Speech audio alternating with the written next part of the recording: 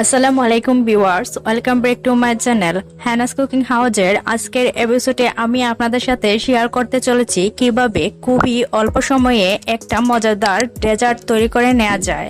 তাহলে ভিউয়ার্স, দেরি না করে চলুন দেখা যাক ডেজার্ট রেসিপিটি।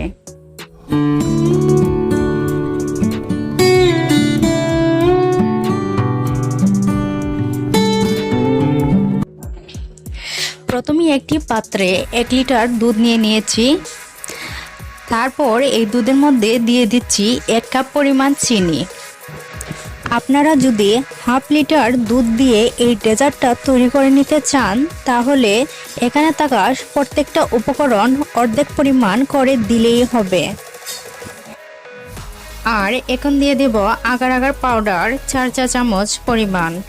এবার চিনি আর আগার আগার পাউডার গলে যাওয়ার আগ পর্যন্ত এই দুধের মিশ্রণটাকে অনবরত নাড়তে থাকবো। কিছুক্ষণ নাড়াচাড়ার পর যখন বোঝা যাবে আগার আগার পাউডারটা দুধের মিশ্রণের সাথে মিশে গেছে এবং চিনিটাও গলে গেছে, তখন এই মিশ্রণটাকে এক সাইডে রেখে দেব। এবার কিছু ডার্ক চকলেট নিয়ে নিয়েছি। আমি এখানে 250 গ্রাম ডার্ক চকলেট নিয়েছি।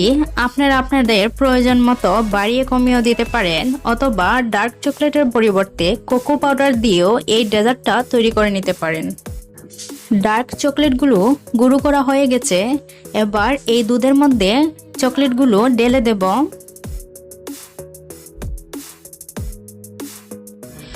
এবার চুলার তাপটা মিডিয়াম আঁচে রেখে দুধে মিশ্রিত আগার আগার পাউডারটাকে সিদ্ধ করে নেব। আর বুদবুদ ওঠার পরও এই মিশ্রণটাকে আরো 2 মিনিট জাল করে নিতে হবে।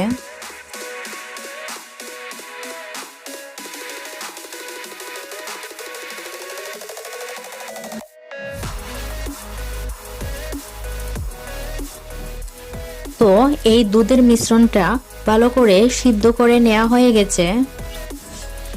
এবার আমি এই মিশ্রণটাকে একটা মোল্ডের মধ্যে ঢেলে দেব।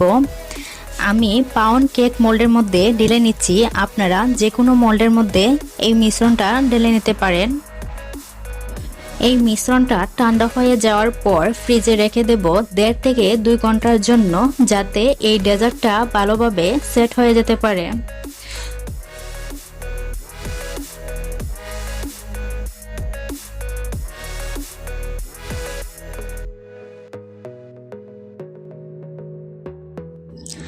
তো ফিরে আসলাম 2 ঘন্টা পর, আর এই 2 ঘন্টায় এই ডেজার্টটা ভালোভাবে সেট হয়ে গেছে।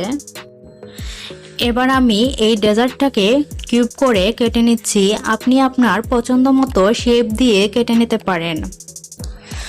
খুবই সুস্বাদু এই ডেজার্টটি মুখে দিলেই গলে যায়। তাছাড়া এর মধ্যে সুন্দর একটা স্মেল পাওয়া যায়। এটা নিঃসন্দেহে একটি সহজ এবং মজাদার ডেজার্ট রেসিপি। আপনারা বাসায় অবশ্যই ট্রাই করবেন। আমার আজকের ভিডিওটি ভালো লাগলে আমাকে সাপোর্ট দেওয়ার জন্য প্লিজ আমার চ্যানেলটিকে সাবস্ক্রাইব করবেন এবং পরবর্তী নোটিফিকেশন পাওয়ার জন্য পাশে থাকা বেল আইকনটি ক্লিক করে রাখবেন। তাহলে আজকে এই পর্যন্ত। আল্লাহ হাফেজ।